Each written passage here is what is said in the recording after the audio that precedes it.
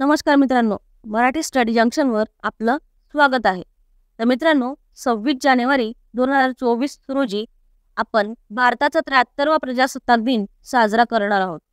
कारण 1950 साली याच दिवशी भारताची राज्यघटना अंमलात आली आणि भारत खऱ्या अर्थाने प्रजासत्ताक झाला।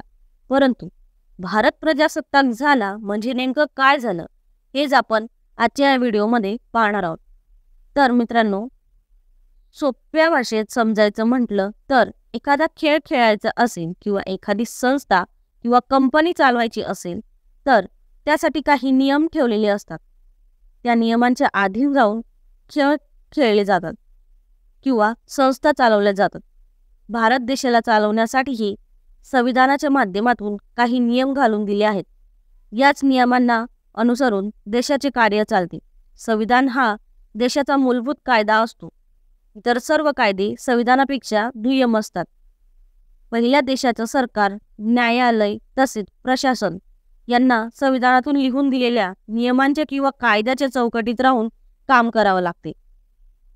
सुमारे 150 वर्षाच्या गुलामगिरीनंतर 15 ऑगस्ट 1947 रोजी भारत देश ब्रिटिशांच्या खिळ्यातून स्वतंत्र झाला। परंतु भारत स्वतंत्र झाला असला तरी भारत देश प्रजासत्ताक झाला तो 26 जानेवारी 1950 या दिवशी। भारत देश जरी 15 ऑगस्ट 1947 ला स्वतंत्र झाला असला तरी तो कसा चालवणार याबाबत कोणताही अधिकृत मार्ग ठरला नव्हता। भारतातील निर्णय प्रक्रिया तसेच धोरणे ठरवण्याची प्रक्रिया स्पष्ट करण्यासाठी राज्यघटना महत्त्वाची होती आणि स्वातंत्र्यानंतर राज्यघटनेच्या माध्यमातून तो ठरवण्यासाठी प्रयत्न सुरू झाले। भारतीय संविधान तयार करायचं काम केलं ते भारतीय संविधान सभेने अर्थात घटना समितीने। डॉक्टर राजेंद्र प्रसाद हे या घटना समितीचे अध्यक्ष होते।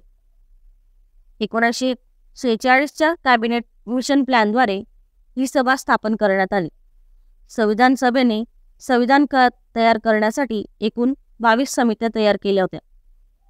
यापैकी मसुदा समिती, मूलभूत हक्क सल्लागार समिती तसेच केंद्र अधिकार समिती या महत्त्वाच्या समित्या होत्या। सर्व समित्यांनी दिलेल्या अहवालावरून संविधान सभेचा मसुदा तयार करण्यात आला। डॉक्टर बाबासाहेब आंबेडकर यांच्या अध्यक्षतेखाली मसुदा समितीने संविधानाचा मसुदा तयार केला। हा मसुदा फेब्रुवारी 1948 मध्ये प्रसिद्ध करण्यात आला। त्यावरील सूचना आणि दुरुस्त्यांवर चर्चांनंतर 26 नोव्हेंबर 1949 रोजी भारताचे संविधान स्वीकृत करण्यात आले आणि त्याची अंमलबजावणी 26 जानेवारी 1950 पासून सुरू करण्यात आली। खऱ्या अर्थाने भारत हा प्रजासत्ताक बनला। म्हणजे मित्रांनो, तुम्हाला आता या प्रश्नाचं उत्तर पूर्ण नीटपणे समजलं असेल तर व्हिडिओ आवडला असेल तर व्हिडिओला लाईक करा, शेअर करा आणि सबस्क्राईब करा।